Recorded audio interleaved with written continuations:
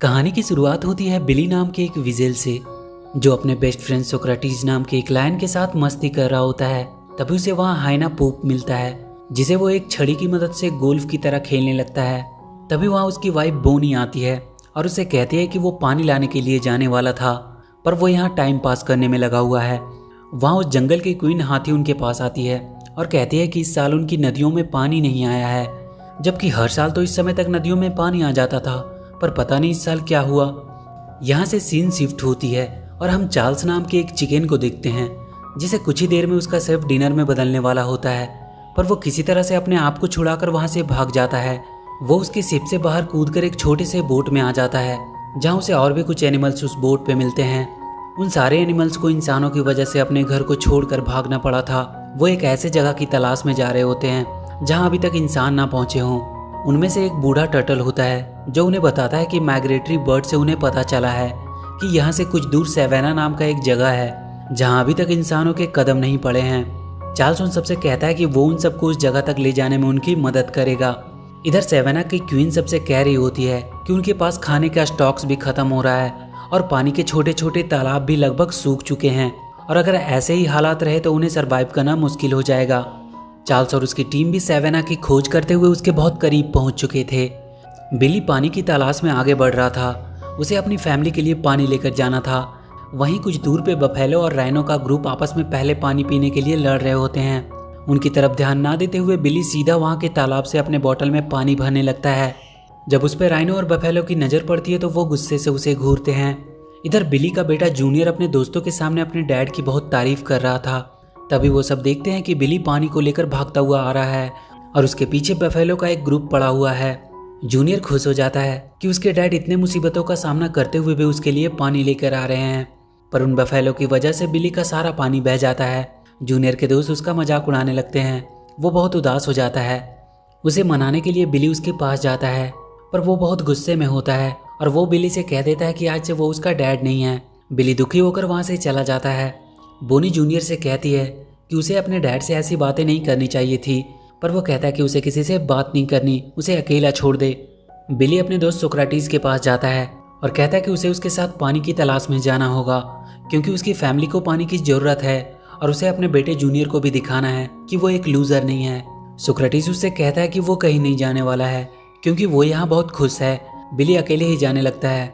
Socrates उससे बताता है कि जब तुम रिवर बेड को फॉलो करते हुए आगे बढ़ोगे तब तुम्हें वैली ऑफ डेथ को पार करना होगा। ये सुनकर बिली बहुत डर जाता है। वो उससे पूछता है कि ये वैली ऑफ डेथ क्या है। सोक्रेटिस उससे कहता है कि बहुत साल पहले वो उस वैली में गया था।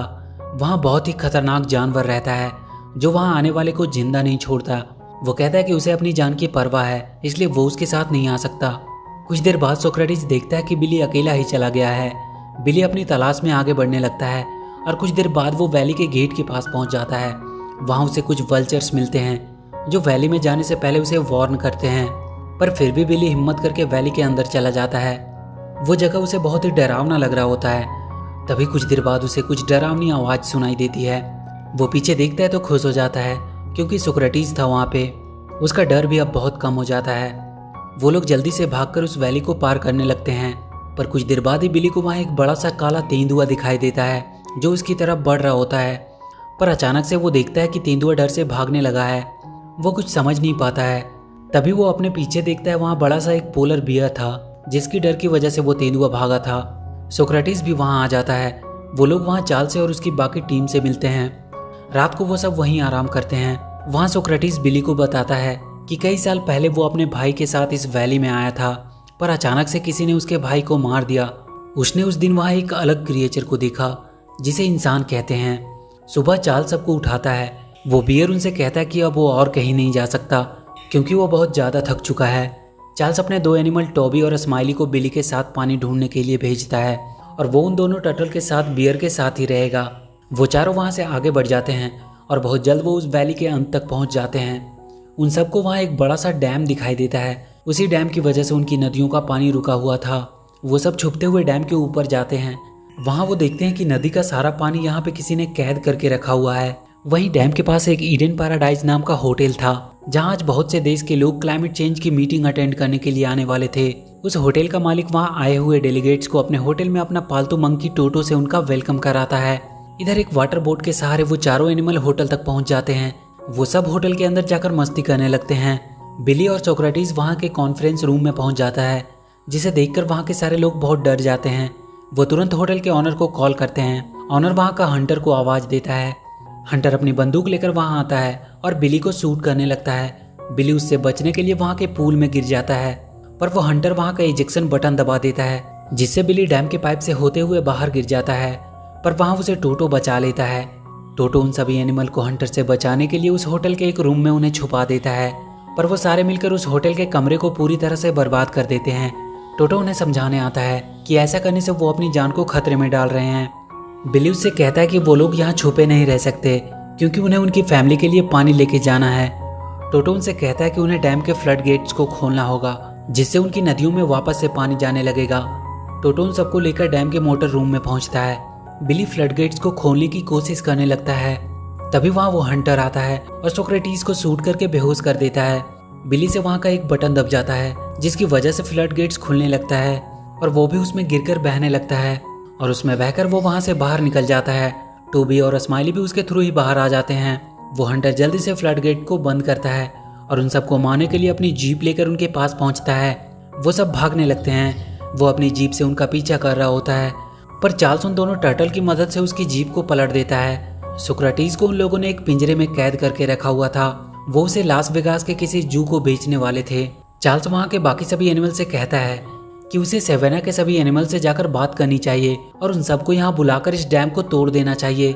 वो सब वापस से सेवेना जाते हैं और सारे एनिमल्स को इकट्ठा करके बताते हैं कि कैसे इंसानों ने उसके जंगल में आने वाले पानी को डैम में कैद करके रखा हुआ है और अगर अभी उन्होंने कुछ नहीं किया तो वो लोग बहुत जल्द खत्म हो जाएंगे। और अगले दिन हम बहुत से जानवरों के झुंड को डैम की तरफ बढ़ते हुए देखते हैं, पर उनके साथ बफेलो और राइनो का ग्रुप नहीं था, क्योंकि वो उनका साथ देने से मना कर देते हैं। वो सारे एनिमल डैम के करीब पहुंच चुके थे। तभी वो हंटर एक प्लेन में बैठकर वहां आता है। वो उन पर एक मिसाइल दागने वाला होता है, पर तभी वो देखता है कि उसके पीछे टोटो है। वो उसे मारने लगता है और गलती से बटन दबने की वजह से वो मिसाइल वहां के डैम के पाइप के अंदर चली जाती है, पर वो फटती नहीं है। टोटो किसी तरह उस प्लेन को लैंड करवाता है।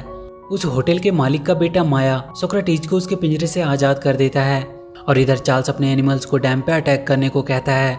सब अपनी पूरी ताकत के साथ डैम को तोड़ने की कोशिश करने लगते हैं। तभी वो देखते हैं कि बफेलो और राइनो की टीम उनकी मदद के लिए आई है। वो सारे उस डैम को तोड़ने लगते हैं। डैम अब थोड़ा सा हिलने लगा था, पर इतना काफी नहीं था।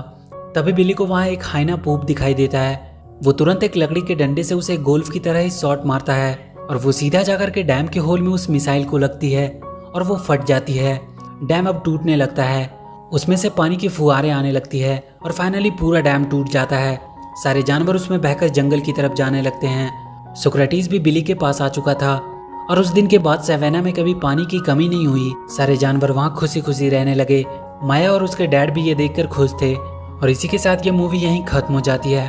तो वीडियो अगर अच्छी लगी हो तो please do like and share the video and please subscribe to my channel and press that bell icon